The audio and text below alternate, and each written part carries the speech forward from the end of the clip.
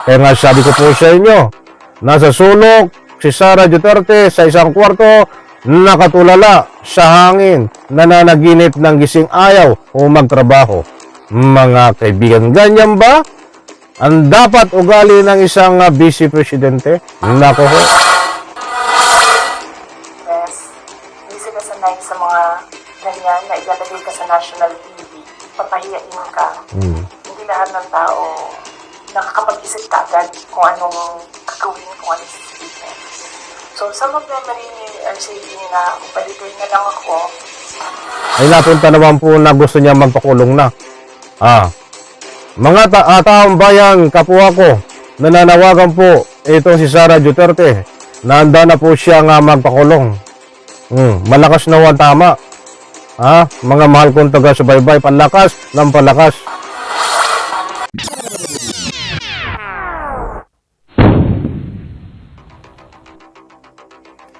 Alright, welcome back to my YouTube channel. I'm Andy's Vlog. Ito, Sara Duterte. Nasa isang sulok. Nagkukulong. Nanlilisik ang mata. Tumatawa na mag-isa. Malakas na huwan tama nito. Palakas ng palakas ang tama. Hinahanap po ng taong bayan. Itong si Sara Duterte. Ito pala ay nandyan lang sa isang sulok.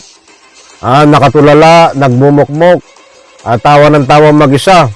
At ang sabi nga, may inamin si Sara Duterte na nananawagan siya at pinapaalam sa taong bayan na handa na siyang makulong. Aba, ay wala na hong lulusutan to eh. Dahil talagang desperado na.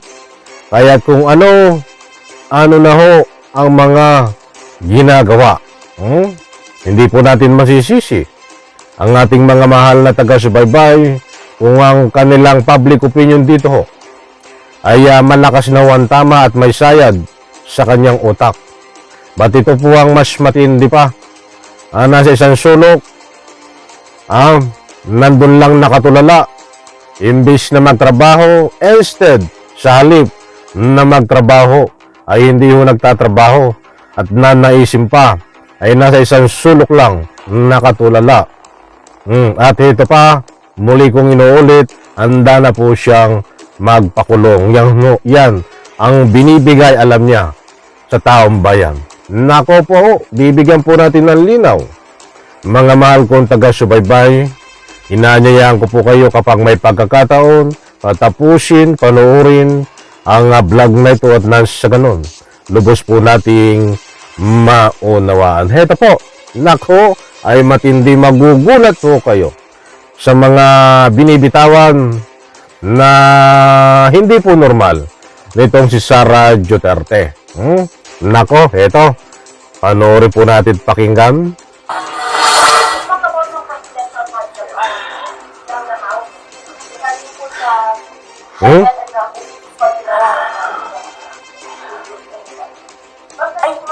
As I said, antayin natin yung next hearing ng House Good Governance. Masyado pa kasi masyadong maaga sagutin sila. Walang lumalabas eh. Gusto ko lumabas so that pwede akong magsalita. Wala. Kahapon wala naman.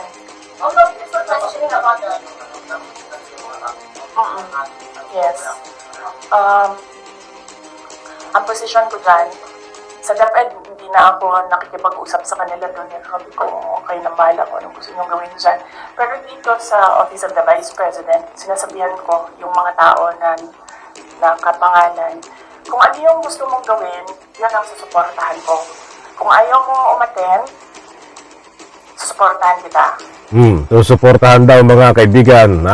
Unawain po nating mabuti, pakinggan, dahil dito ho ay ang sinasabi niya ho ay gusto na niyang magpakulong. Hindi na nga alam ang ginagawa eh. Alam ko mga kaibigan, dito sa mga sinasabi ni Sara Duterte ay hindi kayo maniniwala. Kaya lang ho, pinapakinggan niyo ho ito dahil gusto niyong malaman na talagang may tupak na sa ulo. Kahit ako ho hindi ko ho interesado na malaman ang kanyang mga aminin dito dahil nagsasabi siya ng katotohanan. Kaya alam ko ito ho, binabagi ko po sa inyo. Dahil ito po ay nagpapatunay na isang wala na ho sa katinuan. Mga mahal kong taga-subaybay, yun ang gusto kong ipondo. Heto ko. Kung gusto mo umattend, suportahan kita. Hindi ko pipilitin kung ano yung dapat mong gawin. Mag-decide ka, and then kung ano yung path, decide on the path that you will take, I will support you on that. So, hindi pa kami nagkausap nung merong mga subpoena, hindi pa kami nagkausap kung ano yung gusto nilang gagawin. Basta sinabihan ko sila, I will be with you every step of the way. Sinabihan ko din sila, kung ang decision mo ay magpa-detain, sinabihan ko din sila, sasamahan kita doon sa loob ng detention. Walang problema yan sa akin. Kasi hindi naman lahat ng mga tao kasi sanay sa pressure. May naintindihan po ba kayo mga mahal kong taga-subaybay doon? Naintindihan ko lang doon eh. Ay sasamahan niya diyan po kapag kinulong, kinomtempt sa kaloob po ng Kongreso. Itong kanyang mga tao na pinadala diyan po sa hearing. Malinaw ho. Mga kaibigan na nangangako siya kung halimbawa doon sa mga kasagutan na usapin na confidential fund, dahil ayaw niyang humarap pinaparap yung mga tao niya, ay handaan niyang samahan ang kanyang mga tao diyan po sa ika nga po detention, kulungan diyan po sa Kongreso. Nako ho. Ay dapat po bang paniwalaan to? Kaya nga po inuulit ko sa inyo, pasensya na.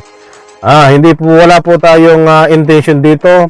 Kaya binahagi ko sa inyo ay para malaman ang katotohanan dito po sa confidential fund. Dahil hindi po aminin ito ang katotohanan.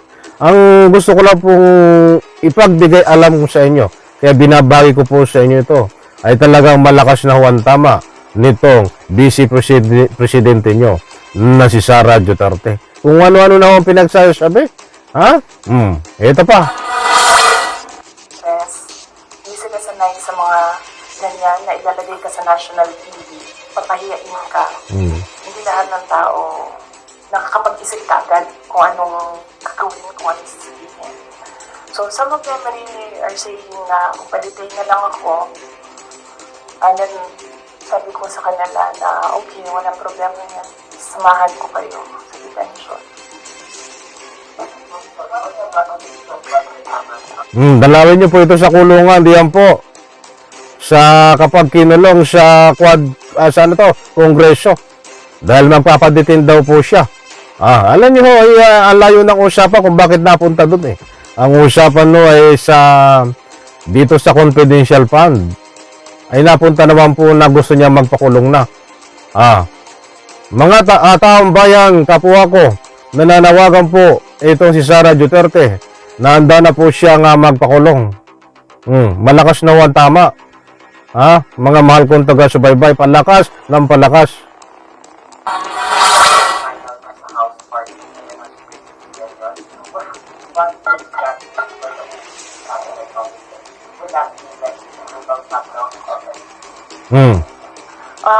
Inaantay namin yung GAA. So, pag nandiyan na yung General Appropriations Act, alam na namin kung ano, ilan. And then, meron na kaming mga options ngayon. Unfortunately, hindi namin siya ma-finalize kasi yung mga options namin kasi hindi namin talaga nakikita kung ano yung nasa batas. Hindi pa kasi batas yung gamit. So, andayin namin. May naunawaan po ba kayo sa sinasabi niya? May lumalayo po yung sagot ito pa. And, pag nakita na namin kung ano yung numbers, then, pipiliin na namin anong options para sa Office of the Vice President. But rest assured, patuloy yung trabaho ng Office of the Vice President para sa bayan. Kung ano man yung kaya namin base sa kung ano yung budget, ibibigay namin yan sa taong bayan. Last question. Alam niyo mga kaibigan, patuloy daw po ang trabaho niya para sa bayan. Ngayon no ay panahon ng kailangan siya ng daong bayan. Asa ko na.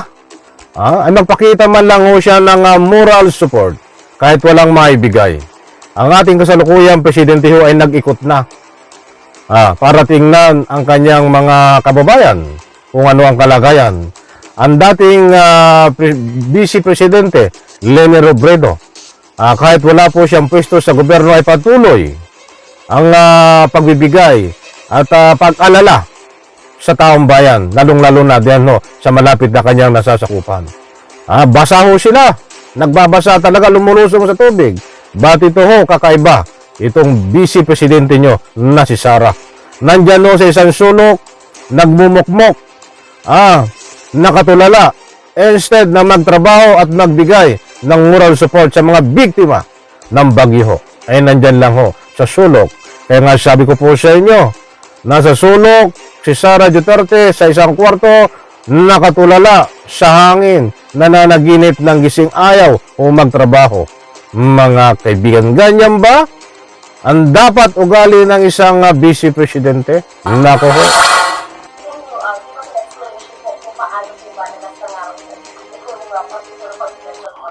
Okay.